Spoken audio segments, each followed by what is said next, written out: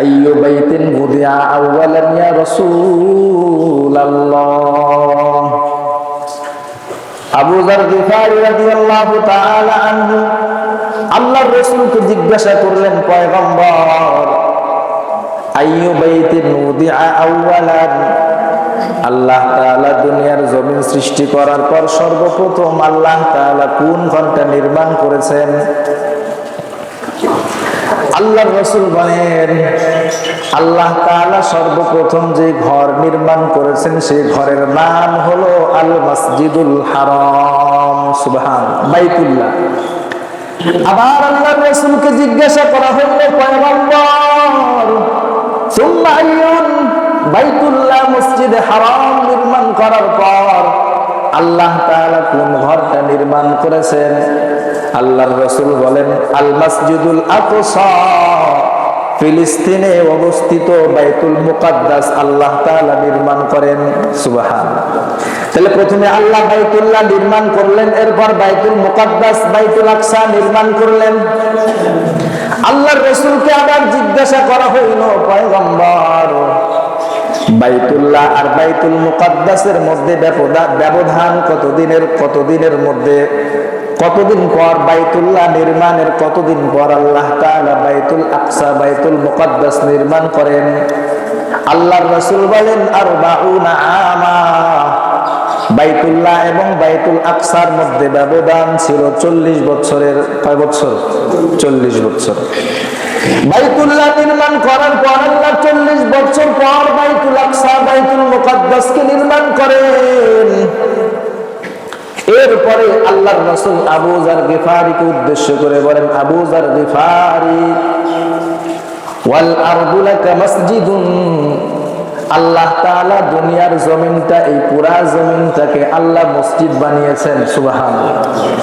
এই পুরা জমিনটাকে আল্লাহ সিজদার স্থান বানিয়েছেন।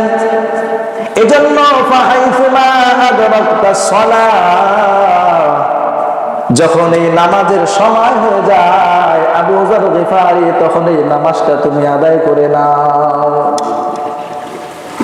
এ ব্যাপারে আল্লাহ তাআলা বলেন, ইন্না আউওয়ালা বাইতিন উদিআ লিন-নাস, মানুষের জন্য সর্বপ্রথম একটা ঘর নির্মাণ করা হয়েছে।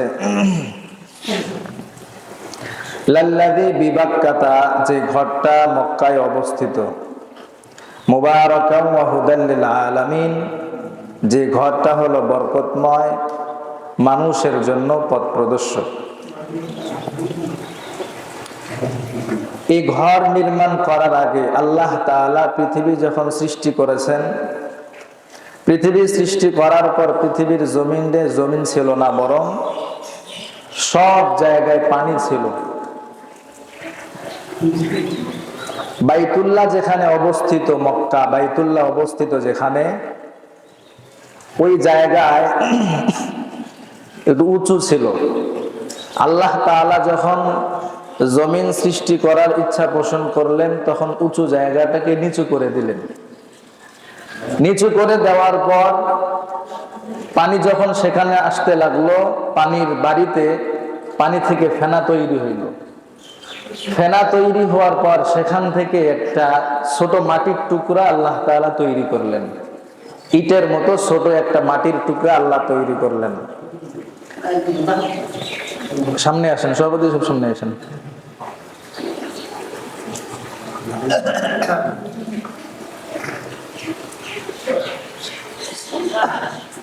কথা বলার সময় যে কোনো দুনিয়াবি কথা বলা ঠিক না, কোরআন হাদিসের কথা বলার সময়। তো একটা ইটের টুকরার মতো একটা মাটি আল্লাহ তৈরি করলেন। এই মাটিটা তৈরি করার পর এখান থেকে রাসূল কারীম সাল্লাল্লাহু আলাইহি ওয়াসাল্লাম বলেন, সুম্মা দুহিয়াতিল আরদ, এরপর আল্লাহ তাআলা এই মাটি থেকে পুরা পৃথিবীর জমিনটাকে আল্লাহ সম্প্রসারিত করলেন। সুবহানাল্লাহ। আল্লাহ, এখান থেকে একটা তথ্য আসে, মানুষের মূল উপাদান কি? মাটি। আল্লাহ তাআলা মানুষকে সৃষ্টি করেছেন মাটি থেকে। তো মানুষের মূল উপাদান হলো মাটি, আর এই মাটির অস্তিত্ব আসলো বাইতুল্লাহ থেকে। তার মানে মানুষের অস্তিত্ব মাটি থেকে, আর মাটির অস্তিত্ব বাইতুল্লাহ থেকে। এজন্য আরবিতে একটা কায়দা আছে, কুল্লু শাইইন ইয়ারজিউ ইলা আসলিহি, প্রত্যেকটা বস্তু তার মূলের দিকে ফিরে যায়। তো মানুষের অস্তিত্ব হলো মাটি থেকে, আর মাটি যেহেতু শুরু হয়েছে বাইতুল্লাহ থেকে, এজন্য বাইতুল্লাহর প্রতি প্রত্যেকটা মুমিন নর নারীর একটা টান আছে। প্রত্যেকটা মানুষ বাইতুল্লাহ যেতে চায়। কেউ যদি কখনো বিদেশে যায় তো তার মাতৃভূমির একটা টান আছে। 10 বছর, 15 বছর, 20 বছর পার হওয়ার পরেও সে তার মাতৃভূমিতে ফিরে আসে। তো মানুষের মূল যেহেতু মাটি, আর মাটি তৈরি করলেন আল্লাহ বাইতুল্লাহ থেকে, এজন্য মানুষের বাইতুল্লাহর প্রতি আলাদা একটা টান আছে। আল্লাহ তাআলা পুরা জমিনকে বিস্তৃত করলেন। এরপর আল্লাহ তাআলা ওই যেখান থেকে শুরু হয়েছে জমিন, ওখানে আল্লাহ তাআলা মানুষের জন্য একটা ঘর নির্মাণ করলেন। সুবহানাল্লাহ। যে ঘরটার নাম হলো বাইতুল্লাহ। আল্লাহ তাআলা এই বাইতুল্লাহ নির্মাণ করলেন। আল্লাহর রাসূলের একজন সাহাবী আবু যর গিফারী রাদিয়াল্লাহু তাআলা আনহু, উনি একবার আল্লাহর রাসূলকে জিজ্ঞাসা করলেন,